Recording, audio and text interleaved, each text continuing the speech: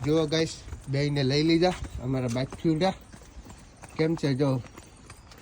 સંજીનો આમ જોઉં તો હાલો કરો આઈ લવ યુ હા હવે આમ જોવાય દો એમ ન દેખાય કે તું આમ જો એટલે બસ કહી દે like subscribe comment follow okay અમે જાય મામાના ઘરે કા